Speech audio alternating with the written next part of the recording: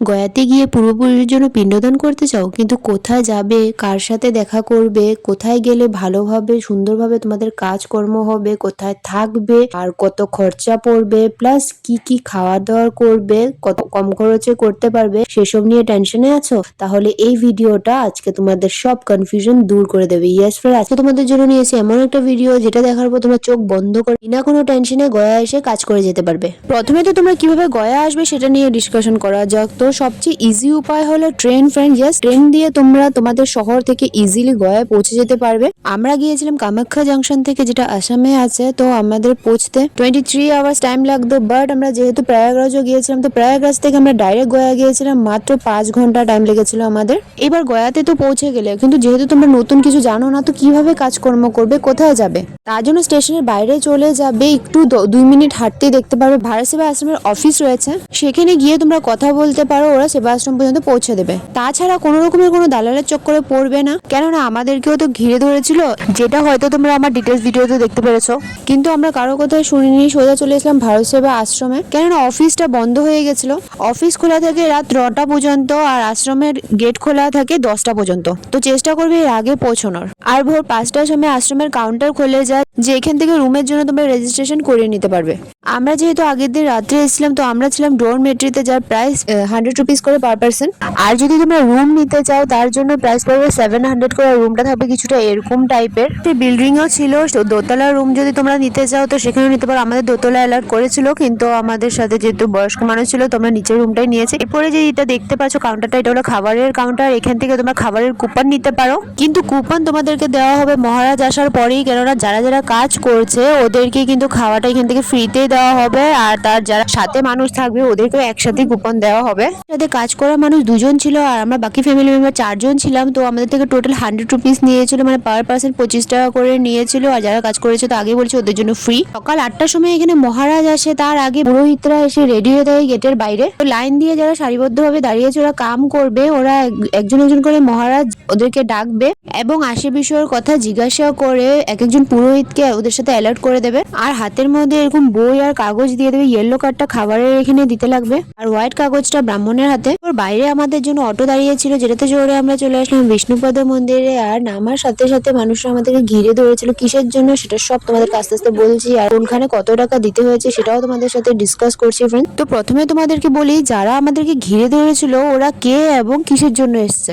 গয়া হলো এমন একটা জায়গা যেখানে আমরা আমাদের পূর্বপুরুষের পিণ্ডদানই করি না, ওদেরকে একেবারে জন্য এখানে স্থাপন করে দিয়ে যায়। হ্যাঁ ফ্রেন্ডস, ওদেরকে শেষ একেবারে জল আর খাবার আমরা এখানেই দিয়ে যাই। এরপরে আর কখনো বছর বছর শ্রাদ্ধ করার দরকার পড়ে না।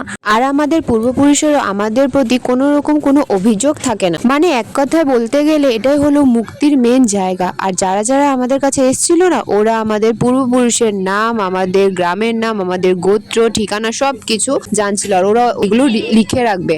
হ্যাঁ ফ্রেন্ডস, ওদের কাছে যে মোটা মোটা বইগুলো দেখছো, এগুলো সব আমাদের পূর্বপুরুষরা যারা এখানে আগে এসে কাজ করে গেছে, আমাদের গোষ্ঠীর মানুষ, ওদের সব কিছু ঠিকুজি গোষ্ঠী এখানে রয়েছে। মানে এটার একটাই উদ্দেশ্য, তোমরা যদি কাজ করার সময় কেউ কোনো পূর্বপুরুষের নাম ভুলে যাও, যেমন 3 পুরুষ 7 পুরুষের নাম লাগে, তোমরা যদি কেউ ভুলে যাও, তোমাদের আগে যদি ওরা এসে বা ওদের কোনো আত্মীয় স্বজন এসে কাজটা করে গেছে, ওরা যদি ওই নামটা এখানে লিখে গেছে, তো সেইটা তোমাদের কাজে এখন লাগবে। আর এখানে আসার পর যখন কাজগুলো শুরু হবে না ফ্রেন্ডস, তোমরা সত্যিকারের জীবনের একটা সত্যি আয়না দেখতে পাবে।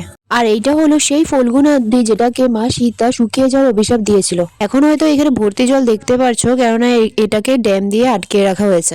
এখন হয়তো ভিডিওতে দেখে তোমরা সেটা বুঝছো না, বা আমার কথা শুনেও তোমরা কিছু বুঝতে পারছো না, কিন্তু যখন প্রেজেন্ট থাকবে তখনই সেই ফিলটা তোমরা নিতে পারবে। পূর্বপুরুষদের জল অর্পণ করার সময় কিছু কিছু মানুষের মুখে সন্তুষ্ট এবং খুশির একটা ভাব থাকে, যে এত বড় একটা কাম করতে পারছে, ওরা মা বাবার জন্য কিছু একটা করতে পারছে। আর কিছু কিছু মানুষের চোখে তাদের পরিজন থেকে দূরে যাওয়ার দুঃখটা ভেসে আসে। তো এখানে মোট 3টে জায়গাতে কাজ করতে হয়। প্রথমত হবে ফল্গু নদীর তীরে, দ্বিতীয়ত হবে বিষ্ণুপদ মন্দির, এবং তৃতীয়ত হবে সীতা সাক্ষী বটবৃক্ষের সামনে। আর প্রত্যেকটা জায়গায় কাজের শেষে কিন্তু তোমাদের পুরোহিতের কাছে যেতে হবে শুদ্ধ হওয়ার জন্য। আর সেখানে তোমাদের সাধ্য অনুযায়ী কিছু দক্ষিণাও দিতে লাগবে। দক্ষিণা তোমরা তোমাদের সাধ্য অনুসারে 100-200 যত পারো দিতে পারো। এরকম ভাবে এখানে অনেক জায়গায় টুকিটাকি তোমাদের দিতেই লাগবে।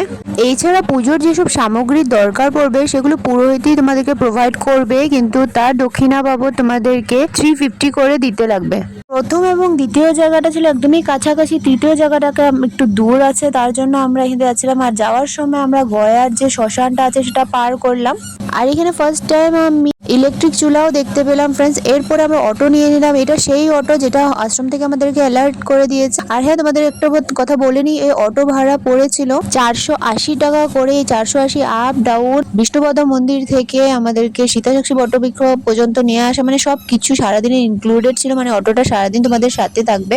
এরপরে চলে আসলাম ত্রেতা যুগের সেই ঐতিহাস বৃক্ষের সামনে, যেটা মা সীতার আশীর্বাদের ফলে এখন পর্যন্ত সুস্থ আছে, এখন পর্যন্ত ফলে আছে এবং চিরঞ্জীবী হয়ে আছে। তো এখানে এসে তোমাদের তৃতীয় এবং অন্তিম কাজটা করতে হবে। যেহেতু 3টা যুগ পার হয়েছে, বট গাছটা কিন্তু একবার মরে গেছিল, কিন্তু আবার সেই জায়গাতে আরেকটা বট গাছ উঠেছে। আর এইখানে যে আমরা বসে বসে পূজা করছি তার জন্য কিন্তু একটা ট্যাক্স আছে ফ্রেন্ডস। আর এটাও কিন্তু তোমাদেরকে সব জায়গা দিতে হবে, 10 টাকা 20 টাকা করে জায়গার ট্যাক্স। মানে এই জায়গাটা বসে তুমি পূজা করছো, মানে তোমরা কিছু মানে আজকের দিনের জন্য জায়গাটা কিনেছো, ওই জায়গার ট্যাক্সটা তোমাদের দিতে হবে।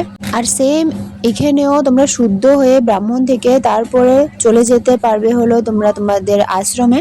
বা কেউ যদি এখান থেকে বুদ্ধগয়া যেতে চাও তাহলে তোমার যে অটোওয়ালা আছে ওদের সাথে কথা বলে তোমরা বুদ্ধগয়াও দেখে আসতে পারো। আর এই ক্ষেত্রে আমি তোমাদের থেকে ক্ষমা প্রার্থী ফ্রেন্ডস, কেননা আমিও সেখানে যাইনি, আমাদের হাতে টাইম একদমই কম ছিল, আমাদের অন্য একটা জায়গায় যাওয়ার ছিল, আমাদের ট্রেনের টিকিট বুক করা ছিল, তার জন্য আমরা সেখানে যেতে পারিনি, যার ফলে তোমাদের সাথে সেই ভিডিওটা আমরা শেয়ার করতে পারবো না। I am extremely sorry. Next time যদি কোনো সময় যাই সেখানে নিশ্চয়ই শেয়ার করবো। এরপর আশ্রমে গিয়ে আমরা খাওয়া দাওয়া করলাম, যেহেতু কুপনটা আগে থেকে কাটা ছিল।